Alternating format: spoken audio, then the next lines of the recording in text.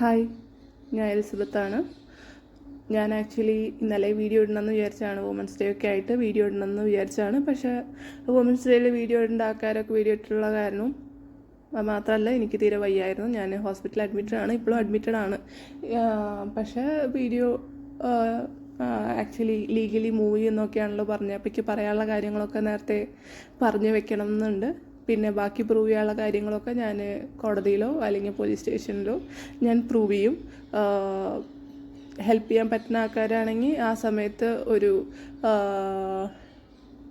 ആരെങ്കിലും ഒരു ക്യാമറയിലോ അല്ലെങ്കിൽ വീഡിയോയിലോ എന്തൊക്കെയാണ് നടക്കണേ എന്ന് ഉള്ളത് ഒന്ന് കവർ ചെയ്യുകയാണെങ്കിൽ നല്ലതായിരിക്കും. നോർമലി ഈ റേപ്പ് അങ്ങനത്തെ കാര്യം അങ്ങനെയൊക്കെ പറയണ ആൾക്കാർ അനാവശ്യ രീതിയിൽ ആ വേർഡൊന്നും യൂസ് ചെയ്യാൻ പാടാത്തൊരു കാര്യമാണ്. അപ്പോൾ അത് ഞാൻ അത് മിസ്യൂസ് ചെയ്തിട്ട് ആൾക്കാരനെ അപകീർത്തിപ്പെടുത്തുന്നുണ്ടെങ്കിൽ അതിൻ്റെ മേലിൽ കേസ് എടുക്കേണ്ടതാണ്. അതുപോലെ തന്നെ ഒരു പെണ്ണ് വന്നിട്ട് ഇങ്ങനെ റേപ്പ് ചെയ്തു എന്ന് പറഞ്ഞിട്ടുണ്ടെങ്കിൽ അത് അവരുടെ മേലിൽ കേസ് എടുക്കേണ്ടതാണ്, അല്ലെങ്കിൽ മിനിമം അന്വേഷിക്കേണ്ടതാണ് എന്താണ് ഉണ്ടായ സംഭവം എന്ന്. അത് രണ്ടും ഇവിടെ ഉണ്ടായിട്ടില്ല. ഒന്നെങ്കിൽ ആ ഓപ്പോസിറ്റ് ആൾ വന്നിട്ട് ഇതിൻ്റെ പേരിൽ കേസ് കൊടുക്കണം, അതായത് ഇന്ന അപകീർത്തിപ്പെടുത്തി ഒരാൾ വന്നിട്ട് ഞാൻ ഇന്നെ റേപ്പ് ചെയ്തു അങ്ങനെ ചെയ്തു എന്നൊക്കെ പറയണു. സോ അത് നടത്തേണ്ടതാണ്. കാരണം അനാവശ്യമായിട്ട് ഉപയോഗിക്കേണ്ട സാധനമല്ല. അതിലൂടെ കടന്നു പോയിട്ടുള്ള കുറേ ആൾക്കാരുണ്ട്, അത് അനുഭവിച്ച ആൾക്കാരുണ്ട്, പുറത്ത് പറയാൻ പറ്റാത്ത ആൾക്കാരുണ്ട്, സാഹചര്യങ്ങൾ കാരണം മിണ്ടാൻ പറ്റാണ്ടും ഇതൊക്കെ ചെയ്തിട്ടുള്ള ആൾക്കാരുണ്ട്. അതുപോലെ തന്നെ ഞാനൊരു കാര്യം പറയണത്, നോർമലി റേപ്പ് വിക്ടിംസിൻ്റെ ഫോട്ടോ ഒന്നും ന്യൂസ് പറയുമ്പോഴും ഒന്നും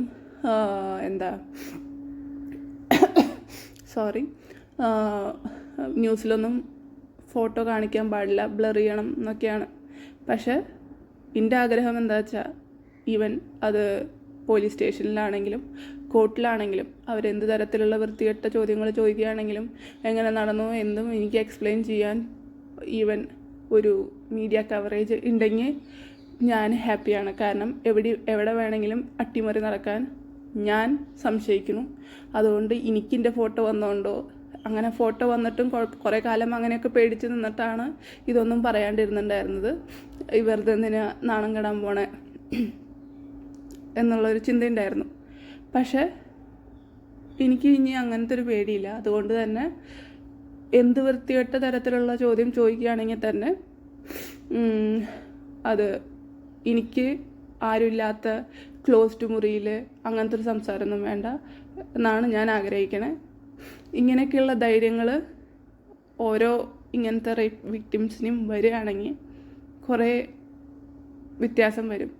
എന്നാലും ഞാനിങ്ങനെ ഒരു 10 തവണ ഇതൊക്കെ ഈ വേർഡ് യൂസ് ചെയ്യുന്നുണ്ട് ഓരോ വീഡിയോയിലും വന്നിട്ട്, പക്ഷെ ആരും കാണുന്നില്ല.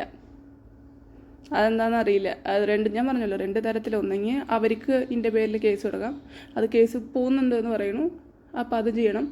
അതുപോലെ തന്നെ ഞാനിങ്ങനെ പറഞ്ഞു നോക്കുമ്പോൾ എന്താണ് ഒരു പെണ്ണിങ്ങനെ പറഞ്ഞ് നടക്കണത്, ഇതൊക്കെ വെറുതെ എടുത്ത് യൂസ് ചെയ്യാൻ പറ്റുന്ന ഒരു സാധനമല്ലല്ലോ. അപ്പോൾ അതിനെ പറ്റിയിട്ട് അന്വേഷിക്കണം. അത് രണ്ടും ഉണ്ടായിട്ടില്ല. പിന്നെ കസ്തൂരിയസിൻ്റെ പുതിയ അക്കൗണ്ട് തുടങ്ങിയിട്ടുണ്ട്. Joined 1 day ago, no subscribers. ഇതിന് വേണ്ടിയിട്ട് പുതിയ പൂവൊക്കെ വെച്ചിട്ട്, മറ്റേത് ഒരു റോസ് കളറുള്ള പൂവാണ്. അതിൽ എനിക്ക് ആക്ച്വലി ഭയങ്കര തൊണ്ടവേദന അതുപോലെ ചുമയൊക്കെ ഉള്ള കാരണമാണ് ഇങ്ങനെ ഭയങ്കര ഡിസ്റ്റർബൻസ് വരുന്നത്. സോറി. പുതിയ അക്കൗണ്ട് തുടങ്ങിയിട്ടുണ്ട്. ഈ ജോയിനിങ്ങും ഇതാണ്.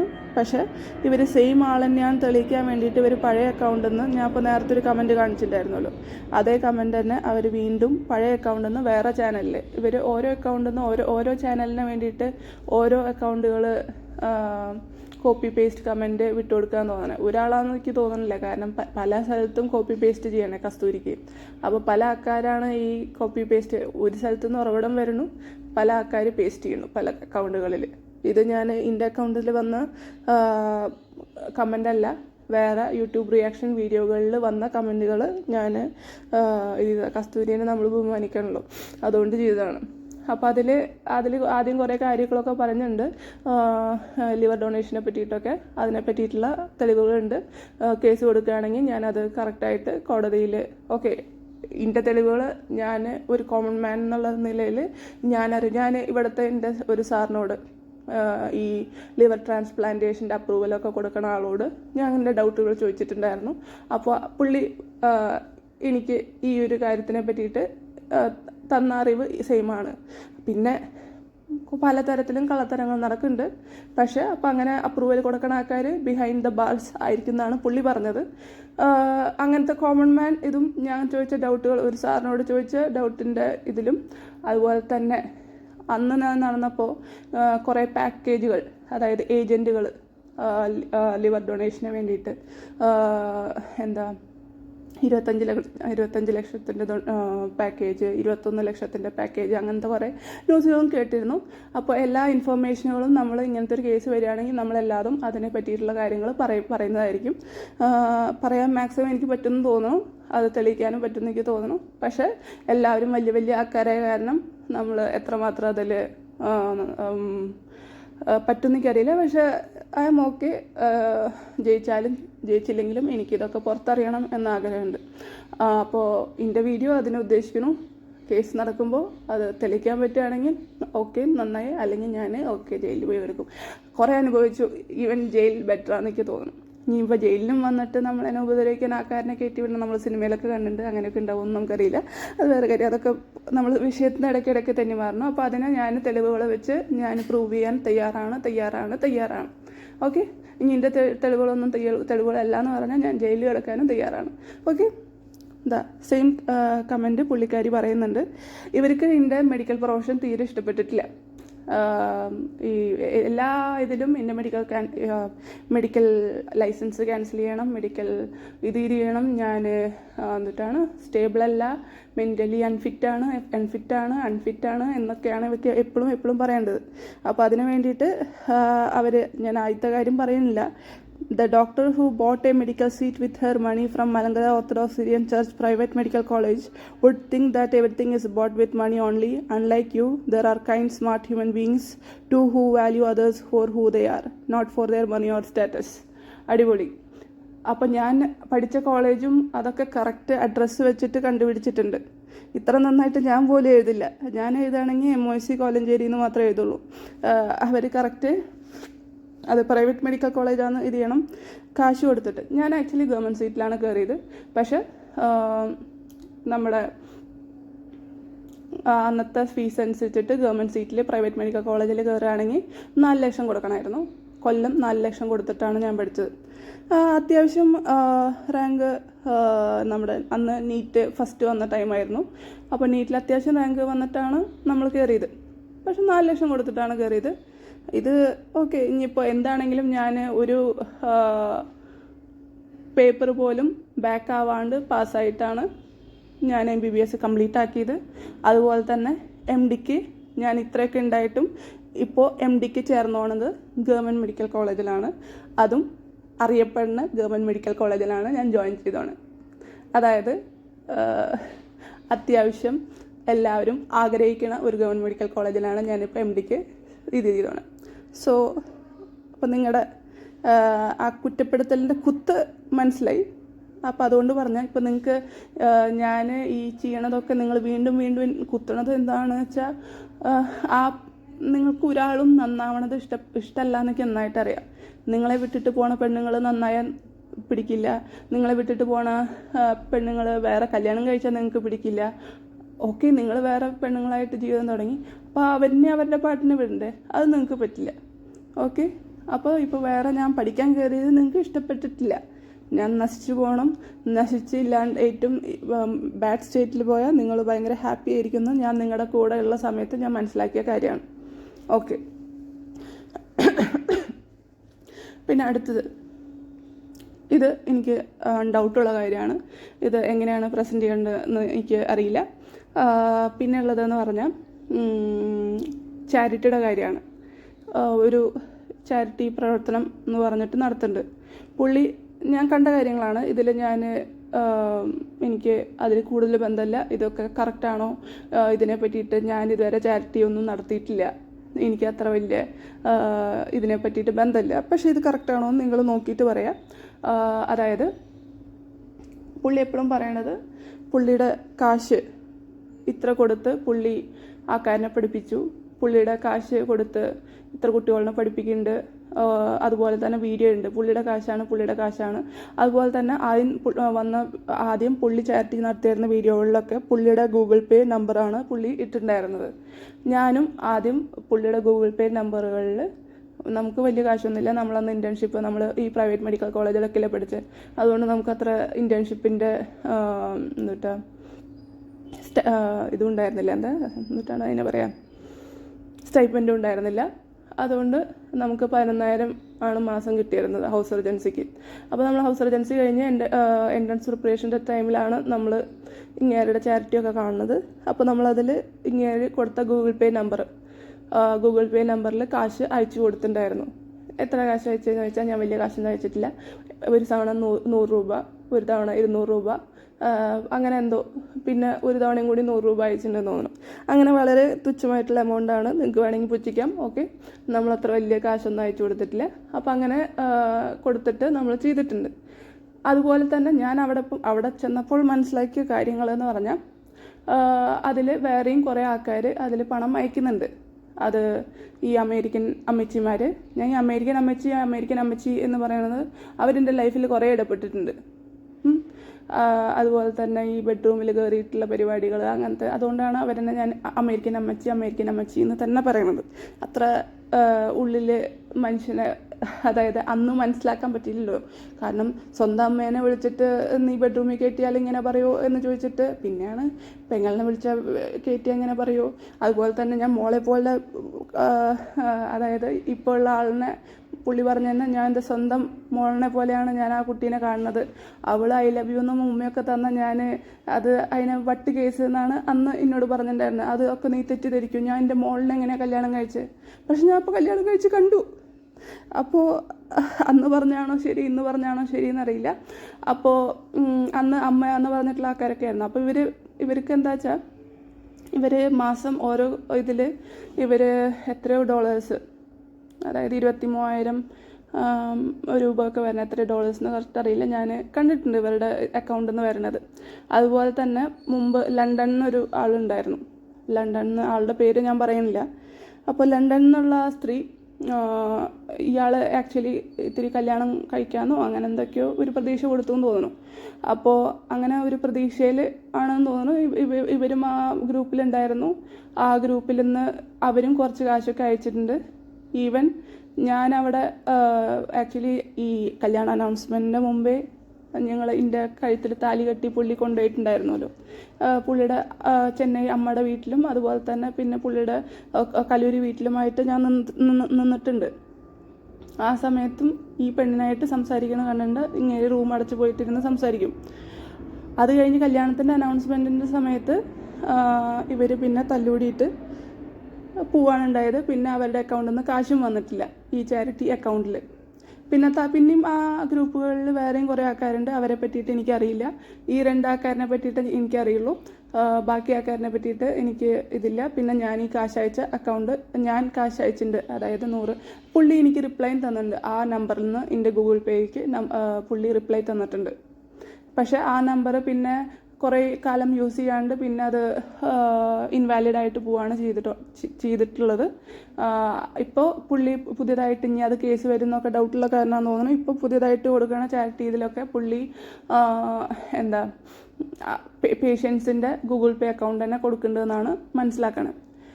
അപ്പോൾ എനിക്ക് ചോദിക്കാനുള്ളത്, എപ്പോഴും എൻ്റെ കാശ് ഞാൻ പഠിപ്പിച്ചു എന്ന് പറയുന്നത് അത് സ്വന്തം എൻ്റെ കാശ് തന്നെയാണോ, അതോ ഇവരൊക്കെ നമ്മുടെ എൻ്റെ ആൾക്കാരായ കാരണം പറയണ ആ സ്വാതന്ത്ര്യത്തിൽ എൻ്റെ കാശ് എന്ന് പറയണതാണോ?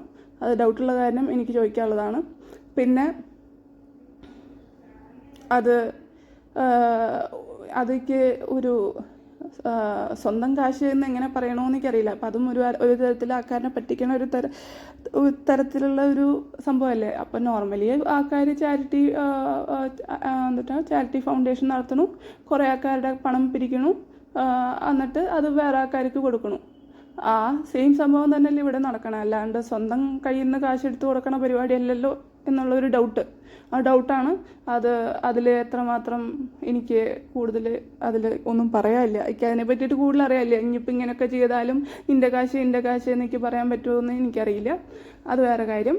പിന്നെ എനിക്ക് പറയണ്ടായിരുന്നു ഈ ലണ്ടനത്തെ കുട്ടിയാണോ ചേച്ചിയാണോ എന്നൊക്കെ അറിയില്ല. അവരെ പറ്റിയിട്ട് അവർ ഈ മനുഷ്യനെ കാണാൻ വേണ്ടിയിട്ട് ചെന്നൈയിലേക്ക് വന്നിട്ടുണ്ടായിരുന്നു. അപ്പോൾ ചെന്നൈയിൽ ആ പെണ്ണിനൊക്കെ എങ്ങനെ കെട്ടാനാണ്? ആ പെണ്ണിനെ കണ്ടാൽ നമ്മുടെ വീട്ടിൽ നിൽക്കണ പണിക്കാരി പോലെയുണ്ട്. ഓഹോ, നിങ്ങൾ അവരുടെ കാശും മേടിക്കും, എന്നിട്ട് അവരെ തന്നെ ഇങ്ങനെ ബോഡി ഷേമിങ്ങും ചെയ്യും. അപ്പോൾ അവനെ ഇത്ര കാലം പ്രതീക്ഷയായിട്ട് കൊണ്ട് നടന്നിരുന്നത് എന്തിനായിരുന്നു എന്ന് എനിക്ക് മനസ്സിലായിട്ടില്ല. ഞാൻ പറഞ്ഞു വരുന്നു, ഞാൻ ഓൾറെഡി പ്രേമിച്ചുകൊണ്ടിരുന്ന സമയത്ത് അവിടെ വേറൊരു പെണ്ണുണ്ടായിരുന്നു എന്ന്. ആ പെണ്ണ് ആക്ച്വലി പിരിഞ്ഞു പോകാൻ കാരണം ഈ ലണ്ടൻ ആയിട്ടുള്ള ഈ പെണ്ണായിട്ടുള്ള ഒരു റിലേഷനാണ്. ഇത് ഭയങ്കര കോംപ്ലിക്കേറ്റഡ് ആയിട്ട് വരും. അതായത് കുറേ പെണ്ണുങ്ങളുള്ള കാരണം അങ്ങോട്ടും ഇങ്ങോട്ടും തിരിഞ്ഞു പോകും. ഞാൻ ഓൾറെഡി മുമ്പത്തെ വീഡിയോയിൽ പറഞ്ഞിട്ടുണ്ടായിരുന്നു, ഞാൻ ഓൾറെഡി നേരെ പ്രേമിച്ചുകൊണ്ടിരിക്കുന്ന സമയത്ത് വേറൊരു പെണ്ണ് ഒപ്പം താമസിച്ചിട്ടുണ്ടായിരുന്നു. പിന്നെയാണ് ഞാൻ അറിയണേന്ന്. ആ പെണ്ണ് ആക്ച്വലി പിരിഞ്ഞു പോകാൻ കാരണം ഈ ലണ്ടനിലത്തെ ഈ പെണ്ണായിട്ടുള്ള റിലേഷനാണ്. അങ്ങനെ പറഞ്ഞിട്ടുള്ള സാധനങ്ങളുടെ കാര്യങ്ങളും പ്രൂഫുണ്ട്. ഇതൊക്കെ കോടതി ചോദിക്കുകയാണെങ്കിൽ അല്ലെങ്കിൽ പോലീസ് ചോദിക്കുകയാണെങ്കിൽ എല്ലാതും കാണിച്ചു തരാൻ തയ്യാറാണ്. ഇനി ഇതൊക്കെ തെളിവെന്ന് പറഞ്ഞിട്ട് മേടിച്ചിട്ട് നിങ്ങൾ നശിപ്പിക്കാൻ വേണ്ടിയിട്ടാണ് ഉദ്ദേശിക്കുന്നതെങ്കിൽ ഞാൻ ഇത് പല പെൻഡ്രൈവുകളിലും പല ഇതായിട്ടും പല ആൾക്കാർക്കും ഞാൻ കൊടുത്തു വെച്ചിട്ടുണ്ട്. ഈവൻ ഞാനിത് ആൾക്കാർ കൊന്ന അടക്കം ഇതൊക്കെ പുറത്തു വരേണ്ട സമയത്ത്. ഓക്കെ, പിന്നെന്താ, പിന്നെ ഇപ്പോഴത്തെ നിയമം അനുസരിച്ചിട്ട് ഈ വീഡിയോ റെക്കോർഡിങ്സും എല്ലാതും തെളിവാണ് എന്നാണ് എൻ്റെ ഒരു വിശ്വാസം. അപ്പോൾ ഇതൊക്കെ ഞാൻ ഈ പബ്ലിക് മീഡിയയിൽ ഇങ്ങനെ കിടന്ന് വിളിച്ചു കൂവണതൊക്കെ ഒരു വാലിഡ് എവിഡൻസ് തന്നെയാണെന്നാണ് ഞാൻ വിചാരിക്കണേ. അപ്പോൾ അതൊക്കെ വെച്ചിട്ട് ആക്ച്വലി ഒരാൾ റേപ്പ് ചെയ്യുന്നുണ്ട് എന്നൊക്കെ, റേപ്പ് എന്ന് ആവശ്യമില്ലാണ്ട് ഒരാൾ ഉപയോഗിക്കുന്നുണ്ടെങ്കിൽ 2 തരത്തിലും. ഈ കസ്തൂരി തന്നെ പറയുന്നുണ്ട്, എന്താണ് ഫോൾസ് അലിഗേഷൻ ഓഫ് റേപ്പ് കൊടുത്തിട്ട് ഒരു പെണ്ണിനെ അറസ്റ്റ് ചെയ്തിട്ടുണ്ടെന്ന്. അതന്നെ, അങ്ങനെ ചെയ്യേണ്ടതല്ല. ഞാൻ ഫോൾസ് അലിഗേഷൻ ആണെങ്കിൽ അത് അറസ്റ്റ് ചെയ്യണം, അല്ലെങ്കിൽ ഞാൻ പറഞ്ഞത് ശരിയാണെങ്കിൽ ഓപ്പോസിറ്റ് ആളിനെ അറസ്റ്റ് ചെയ്യണം. ഏതെങ്കിലും നടക്കണ്ട. അല്ലാണ്ട് ഒരാളിങ്ങനെ വിളിച്ചു പോയിക്കൊണ്ടിരിക്കണു, കുറേ യൂട്യൂബുകാർ അതിന് റിയാക്ട് ചെയ്തുകൊണ്ടിരിക്കണു, പക്ഷെ ആരും ഒന്നും മിണ്ടണില്ല. ഇത് മീഡിയ അല്ലേ, ഇത് വീഡിയോ റെക്കോർഡിംഗ് അല്ലേ, ഇതിനൊന്നൊരു വിലയില്ലേ? പിന്നെ ഞാൻ 2-3 വീഡിയോ റിയാക്ട് ചെയ്ത് ഇന്നെ സപ്പോർട്ട് ചെയ്ത് വീഡിയോ റിയാക്ട് ചെയ്യുക, ഇന്നെ സപ്പോർട്ട് ചെയ്യുകയോ ന്യായത്തിന് സപ്പോർട്ട് ചെയ്യുകയോ എന്താണോ ആ സപ്പോർട്ട് ചെയ്ത് തരുന്ന വീഡിയോകളുടെ ഇടയിൽ കുറേ അല്ല 1-2 ഭീഷണികളുടെ കമൻറ്റ് കണ്ടു. എനിക്കത് കണ്ടപ്പോൾ ഭയങ്കര വിഷമമായി. അതുപോലെ തന്നെ മൂപ്പൻ്റെ വീഡിയോയിൽ മൂപ്പൻ പറയണത് കേട്ടു, എനിക്കും ഇതുപോലെ ഭീഷണികളുടെ ഇത് വരുന്നുണ്ട്. അതുപോലെ തന്നെ എത്ര കാലം എനിക്ക് എൻ്റെ വീഡിയോ ചാനൽ പൂട്ടിക്കാൻ ആൾക്കാർ നോക്കുന്നുണ്ട്. എത്ര കാലം എനിക്ക് വീഡിയോ ഇടാൻ പറ്റുമോ എനിക്കറിയില്ല. എനിക്കിടാൻ പറ്റുന്ന വരെ ഞാൻ ജസ്റ്റിസിന് വേണ്ടിയിട്ട് ഇങ്ങനെ വീഡിയോ ഇട്ടുകൊണ്ടിരിക്കും എന്ന് പറഞ്ഞിട്ട് സീരിയസ്ലി ഇത് കണ്ടിട്ടൊക്കെ ഭയങ്കര വിഷമമാവുന്നുണ്ട്. ആക്ച്വലി അവരെടുക്കണ റിസ്കിനെയും കണ്ടും ആക്ച്വലി ഞാൻ ഓൾറെഡി മൊത്തത്തിൽ ഇതിൽ പെട്ട് കിടക്കുന്ന ആളാണ്. അപ്പം ഞാനും അവരും തമ്മിൽ ഭയങ്കര, അവർക്കിതിൽ ഒരിക്കലും ഇടപെടേണ്ട കാര്യമില്ല, എന്നിട്ടും അവരിതൊക്കെ ഇടപെടുന്നുണ്ട് എന്നുള്ളതിൽ സന്തോഷമുണ്ട്, സ്നേഹമുണ്ട്, അതുപോലെ തന്നെ വിഷമമുണ്ട്. ഞാനൊരിക്കലും നിങ്ങളുടെ ജീവൻ ഇങ്ങനെ റിസ്കിലാക്കിയിട്ട് ഇങ്ങനെ ഒരിക്കലും വീഡിയോ ചെയ്യണമെന്ന് ഒരിക്കലും പറയില്ല. ഇതുവരെ ചെയ്യണതന്നെ ഭയങ്കര നല്ല കാര്യം, താങ്ക് യു. പിന്നെ ഒരാളുടെ വീട്ടിൽ തോക്കായിട്ട് പോയിട്ട് ഓക്കെ ഞാൻ സാക്ഷിയാവാനും പ്രതിയാവാനും തയ്യാറാണെന്ന് പറഞ്ഞിട്ടടക്കം ആർക്കും ഒന്നും അതിനും ഒരു വിലയില്ല. അപ്പോൾ അങ്ങനത്തെ ഒക്കെ കേസിൽ എൻ്റെ ജീവൻ ഓൾറെഡി റിസ്കിലാണ്. അങ്ങനെ ഓക്കെ, ഒരാളുടെ ജീവൻ റിസ്കിലാണ്, റിവെഞ്ച് എടുക്കും എന്ന് നിങ്ങൾ മുമ്പത്തെ ഇവരുടെ ഹിസ്റ്ററി കണ്ടിട്ട് മനസ്സിലാവുന്നുണ്ട്. ഇപ്പോൾ പുതിയ ഭടന്മാർ ഇറങ്ങിയിട്ടുണ്ട് നമ്മളെ ഒരു മോശപ്പെടുത്താൻ വേണ്ടിയിട്ട്, അതുപോലെ തന്നെ ഭീഷണിപ്പെടുത്താൻ വേണ്ടിയിട്ട്. എന്നിട്ടും ആൾക്കാർക്കും ഒന്നും വിലയില്ലെങ്കിൽ അതുപോലെ തന്നെയല്ലേ ബാക്കിയുള്ള ആൾക്കാരുടെയും ജീവനും അതേ വില തന്നെ ഉണ്ടാവുള്ളൂ. നമുക്ക് കാശും പ്രശസ്തിയും അങ്ങനത്തെ സാധനങ്ങളൊക്കെയും അതുപോലെ തന്നെ നല്ല ഇൻഫ്ലുവൻസ് ഉണ്ടെങ്കിൽ നമ്മുടെ ജീവന് വിലയുള്ളൂ എന്നാണ് ഞാൻ ഈ കാര്യത്തിൽ നിന്നൊക്കെ മനസ്സിലാക്കണേ. അതുകൊണ്ട് എനിക്ക് വേണ്ടിയിട്ട് നിങ്ങൾ റിസ്ക് എടുക്കാൻ ഞാൻ ഒരിക്കലും പറയില്ല. കാരണം നിങ്ങളെ കാണുന്നതാണ് ഈ സംഭവങ്ങളൊക്കെ എന്തൊക്കെ. പക്ഷേ താങ്ക് യു സോ മച്ച്. എല്ലാം നല്ല പോലെ നടക്കുമെന്ന് വിചാരിക്കുന്നു. ഹെൽപ്പ് ചെയ്യുന്ന ആൾക്കാരോട് താങ്ക് യു. അതുപോലെ തന്നെ കമൻറ്റുകളിലായാലും അതുപോലെ തന്നെ മെസ്സേജുകളിലായാലും സപ്പോർട്ട് അറിയിക്കുന്ന ആൾക്കാരോട് thank you. Thank you so much.